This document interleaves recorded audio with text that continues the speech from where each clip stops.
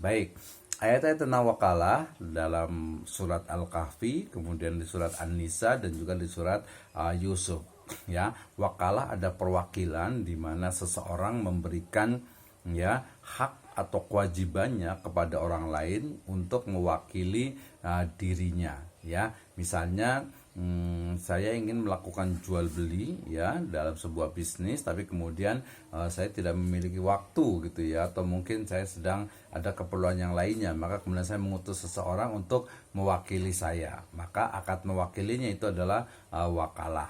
Demikian juga misalnya saya menyuruh mungkin staf saya untuk membeli suatu barang ke pasar misalnya gitu ya. Nah, maka orang staf itu dia sebagai apa? Wakil saya. Oh, udah jadi bahasa Indonesia ya. Menjadi wakil saya, dan akad antara saya dengan staf itu adalah wakalah. Nah, pertama ayat terkait dengan wakalah adalah firman Allah Subhanahu wa taala dalam surat Al-Kahfi ayat ke-19. A'udzubillahi minasyaitonirrajim. Fab'asu ahadakum biwariqikum hadhihi ilal madinah falyandur ayyuha azka ta'amam falyatikum birizqi minhu wal yatalattaf wala yusy'iranna bikum ahada.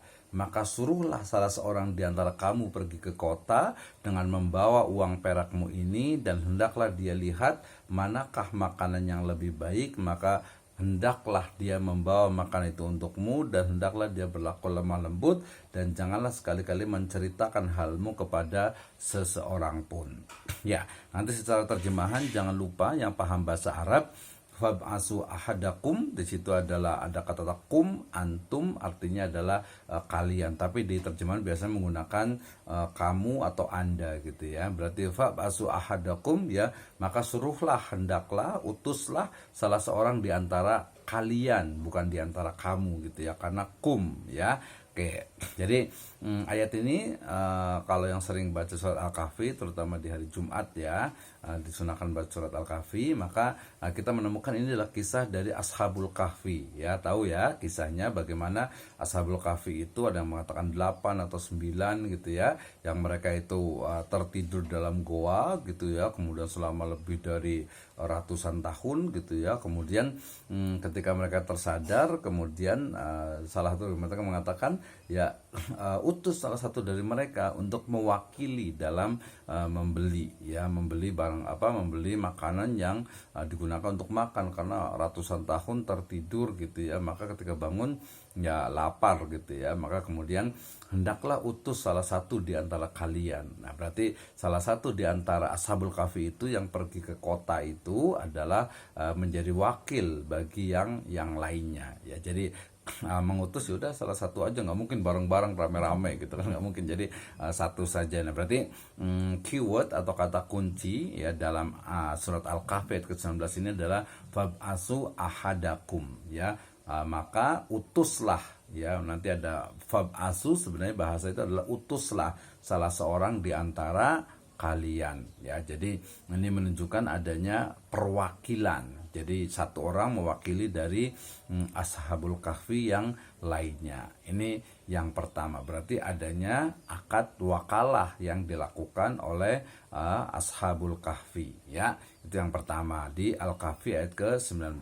Kemudian yang kedua, di surat An-Nisa ayat ke-35 Allah Subhanahu wa taala berfirman, a'udzubillahi minasyaitonirrajim, wa in khiftum shiqaqa bainihima fab'asu hakaman min ahlihi wa hakaman min ahliha iyurida islaha yuwaffiqillahu bainahuma innallaha kana aliman khabira.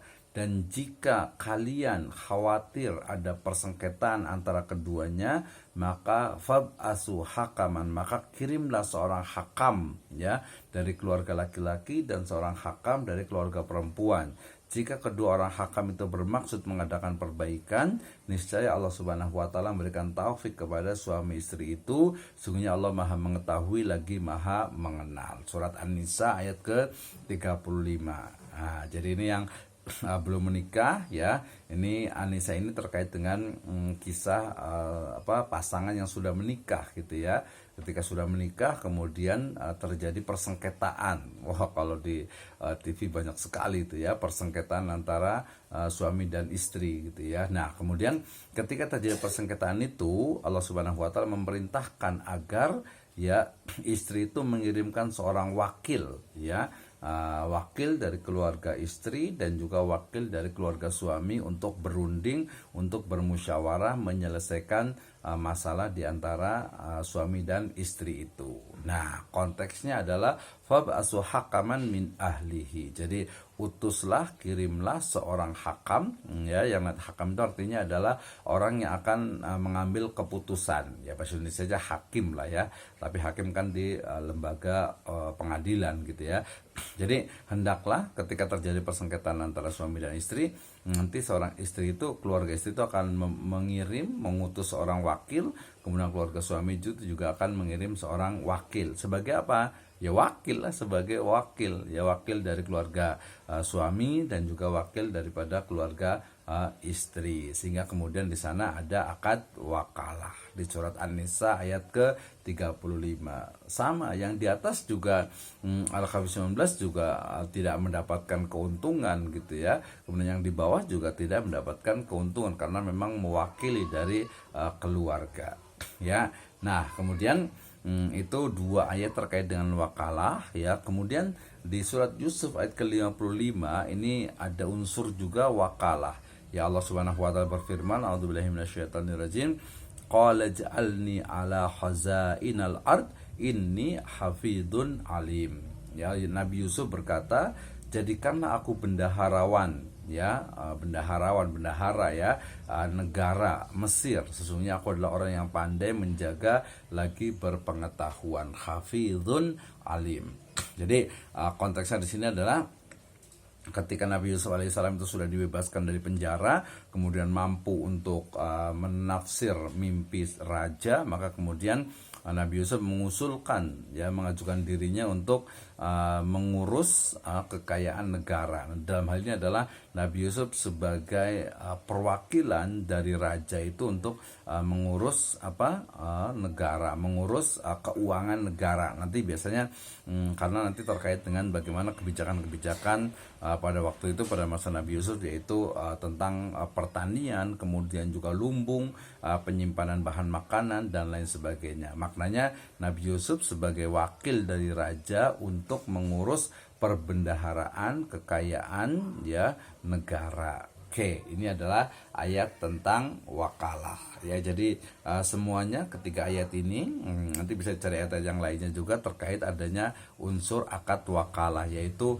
perwakilan ya seseorang ya, atau seseorang yang menunjuk orang lain sebagai wakilnya ya. Tadi sangat jelas sekali ya. Oke, kemudian hadis terkait dengan wakil atau dengan tentang wakalah, ini hadis riwayatnya Imam Malik. Dikatakan inna Rasulullah sallallahu alaihi wasallam ba'asa Aba Rafi wa rajulan minal ansar wa zawwajahu Maimunah bintal Haris, rawahul Malik fil Muwatta ya.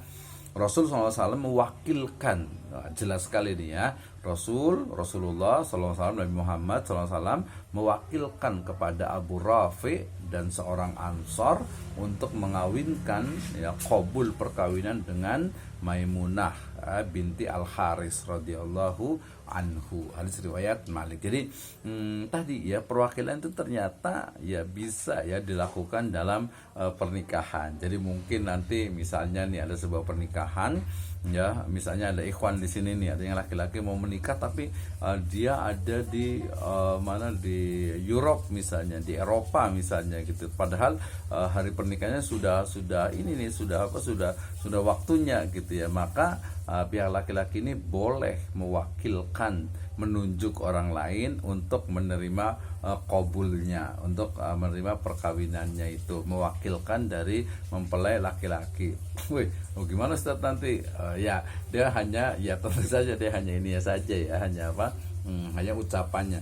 Qabil tu nikah, saya terima saya mewakili fulan menerima nikahnya Fulanah binti Fulan dengan nadar sekian.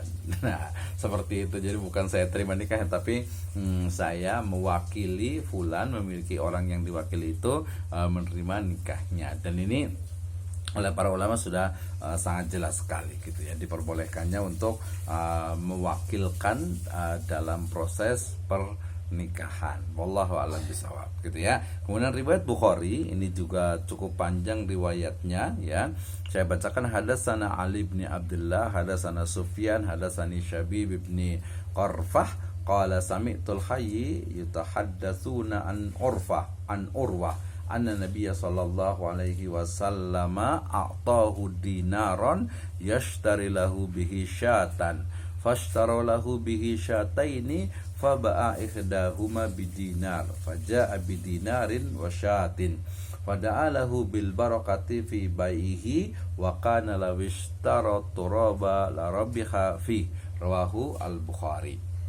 Ali bin Abdullah menceritakan kepada kami, Sufyan juga menceritakan kepada kami, Syabib bin Harqadah menceritakan kepada kami, ia berkata, saya mendengar penduduk bercerita tentang Urwah ya. Jadi ini Urwah adalah seorang sahabat Nabi ya, bahwa Nabi SAW memberikan uang 1 dinar kepadanya. Jadi Nabi SAW itu memberikan uang kepada Urwah ya, berapa? 1 dinar ya, agar dibelikan seekor kambing untuk beliau. Jadi Nabi SAW ini, Nabi itu punya uang 1 dinar, kemudian diberikan kepada Urwah untuk membeli seekor kambing ya. Lalu dengan uang itu ya, kemudian Urwah ini membeli 2 ekor kambing.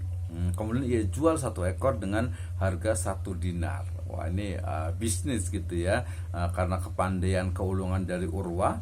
Yang 1 dinar itu tadinya hanya untuk membeli 1 ekor kambing, tapi beliau ya mampu untuk membeli 2 ekor kambing dengan harga 1 dinar gitu ya. Jadi 1 dinar jadi dapat 2 ya. Kemudian ia jual 1 ekor kambing dengan harga 1 dinar. Ia pulang membawa 1 dinar dan 1 ekor kambing. Maka Nabi SAW mendoakannya, dikatakan Nabi SAW menggunakannya dengan keberkahan ya. Fada'alahu bil barakati fi baihi. Maka Nabi SAW mendoakannya dengan keberkatan dalam jual belinya. Seandainya Urwah membeli tanah pun ia pasti beruntung. Ini tentang keutamaan dari Urwah. Artinya ya tadi di hadis ini, riwayat ini ada unsur Nabi SAW mewakilkan Urwah untuk membelikan kambing ya dengan harga 1 dinar. Nah, riwayat ini jelas sahih, riwayat Bukhari. Ini nanti banyak dibahas dalam fikih muamalah terkait dengan boleh tidak kita membeli, kita dikasih uang sama orang, misalnya saya kasih uang kepada Abdullah misalnya ya. Terus ini yang kelihatan di saya ada Ahda Naila ya. Kemudian saya ngasih uang 5 juta gitu ya. Nah, kemudian nih tolong belikan saya kambing ya, 1 harga ini uangnya 5 juta. Nah, ternyata kemudian Ahda Naila ini dan perempuan ya, beli kambing nggak apa-apa lah ya, beli kambing kan bisa online sekarang beli kambingnya gitu ya. Ternyata karena pintar bisa mencari ini, akhirnya kemudian dapat 2 kambing ya. Nah, kemudian yang kambingnya satunya lagi kemudian dijual, dia dapat keuntungan 5 juta. Maka di sini kemudian Nabi mendoakan, saya mendoakan moga-moga berkahan dalam jual belinya. Apakah boleh atau tidak? Wallahu a'lam bishawab. Yang pasti di situ adalah uangnya adalah uang, karena itu adalah akad wakalah, berarti uangnya adalah uang Nabi, sehingga kemudian tidak disebutkan, nanti dalam riwayatnya disebutkan tentang pembagian dari keuntungan tersebut. Tapi dalam konteks hari ini adalah terkait dengan Nabi mewakilkan Urwah untuk membeli kambing dengan harga 1 dinar. Oke ya. Ini adalah wakalah, tadi sudah saya sebutkan. Al-wakalah itu bermakna tafwid, penyerahan, pendelegasian, pemberian mandat atau pemeliharaan ya. Jadi wakala, awakala, yakilu, waklan, mewakilkan urusan. Ya berarti dia mewakilkan kepada orang lain untuk menempati posisi dan kedudukannya. Ya dalam wakalah itu tentu saja ada muwakil, ya pemberi kuasa, kemudian juga ada wakil, dan juga ada di sana taukil, objek yang dikuasakan, dan serta adanya ijab kabul. Ya dalam fikih muamalah kita sudah paham bahwasanya ijab kabul itu bisa secara tertulis, bisa secara lisan, dan juga bisa dengan isyarat. Ya jenis wakalah ada yang mutlaqah, ada yang muqayyadah, ada yang al-amah.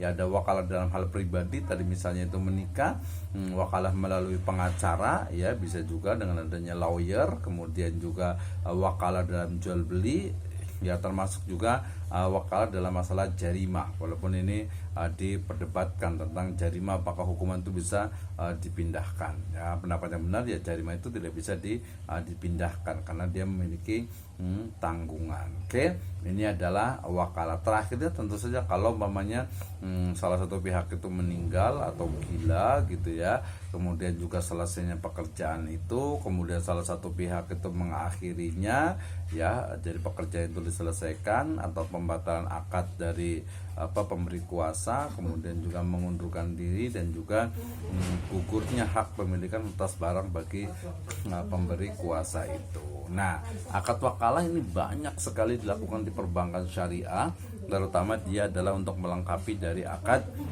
biasanya adalah murabahah gitu ya. Di mana pihak bank itu akan mewakilkan kepada nasabah sebagai mewakil untuk membeli barang-barang yang dengan akad misalnya murabahah, ya, atau bisa juga ya bank sendiri itu sebagai perwakilan juga dari nasabah, dari investor, ya, untuk bisa melakukan transaksi, ya. Dalam hal ini adalah bank bisa sebagai wakil, bisa juga sebagai muwakil, ya. Nasabah sebenarnya bisa saja juga sebagai muwakil juga, atau bisa sebagai wakil juga, ya. Ini dalam skema dari wakalah di perbankan syariah.